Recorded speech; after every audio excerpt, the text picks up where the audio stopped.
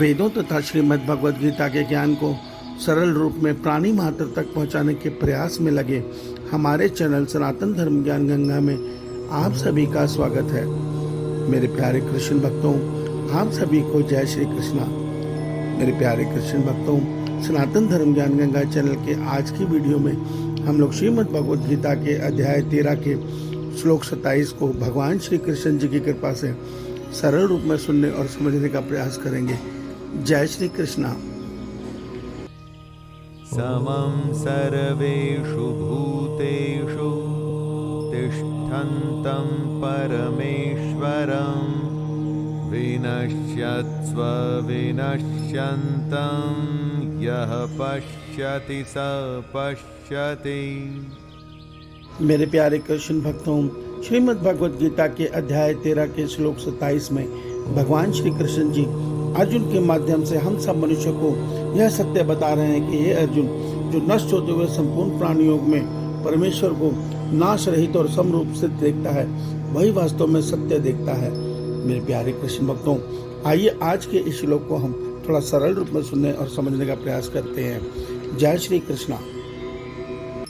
मेरे प्यारे कृष्ण भक्तों, श्रीमद् भगवद गीता के अध्याय 13 के श्लोक 26 में भगवान श्री कृष्ण जी ने हमें यह सत्य बताया था कि हे अर्जुन, इस संसार के समस्त प्राणी मेरी परा और अपरा प्रकृति के सहयोग से बने हैं, अर्थात जड़ और चेतन के सहयोग से बने हैं।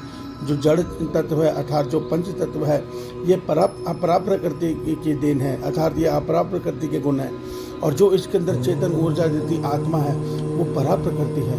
भगवान कहते हैं इन दोनों के सहयोग से इस संसार के समस्त प्राणी बने हैं।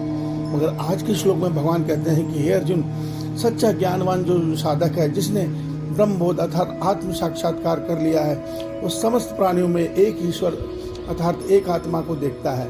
वो ये सत्य देखता है कि भले ही सबके शरीर प्रारब्ध के अनुसार अलग अलग हैं, मगर वास्तव में जो उसके अंदर तत्व है अर्थात जो चेतन ऊर्जा है, वो मेरे परमात्मा का अंश आत्मा ही है। और वो एक आत्मा सबके अंदर विराजमान है और उसी आत्मा के द्वारा ये सारा ब्रह्मांड, ये सारी सृष्टि, ये सारे प्राणी संचालित हैं। मेरे प्यारे कृष्ण भक्तों, भगवान कहते हैं इसीलिए जब वो प्राणी समभाव से, वो साधक समभाव से सभी को एक आत्मरूप देखता है, वास्तव में सत्य वही देखता है। और वो ये सत्य भी देखता है कि ये संसार जो है दिखाई दृश्यमान जगत है, ये नाशवान है। इसमें दिखाई देने वाला शरीर, ये समस्त ब्रह्मांड के पिंड, ये समस्त जितने भी परमात्मा की बनाई है सृष्टि है, इसमें सारे तत्व धीरे धीरे क्षर होते हुए अर्थात खत्म होते हुए एक दिन प्रलय को अर्थात मृत्यु को प्राप्त होते हैं, अर्थात अपने अपने तत्वों में लीन हो जाते हैं। तो भगवान हमें यह सत्य बता रहे हैं कि इस संसार में सत्य तत्व एक केवल ब्रह्म अर्थात आत्मा ही है। इसके अतिरिक्त जो कुछ दिखाई दे रहा है वो सब परिवर्तनशील है और नाशवान है। महाप्रलय में सब परमात्मा में अर्थात प्रकृति में लीन हो जाता है और प्रकृति सुप्त अवस्था में अगले महासर्ग तक के लिए महाप्रलय में सुप्त अवस्था में रहती है। तो भगवान का कहने का तात्पर्य है कि परमात्मा तत्व कभी नहीं बदलता, वो सदैव एक रूप रहता है। उदाहरण के लिए आप आकाश तत्व को देखिए। इस आकाश में कभी बादल छाते हैं, कभी सूर्य उदय होता है, कभी रात्रि होती है, कभी दिन होता है, कभी कोहरा छा जाता है अर्थात धुआं छा जाता है।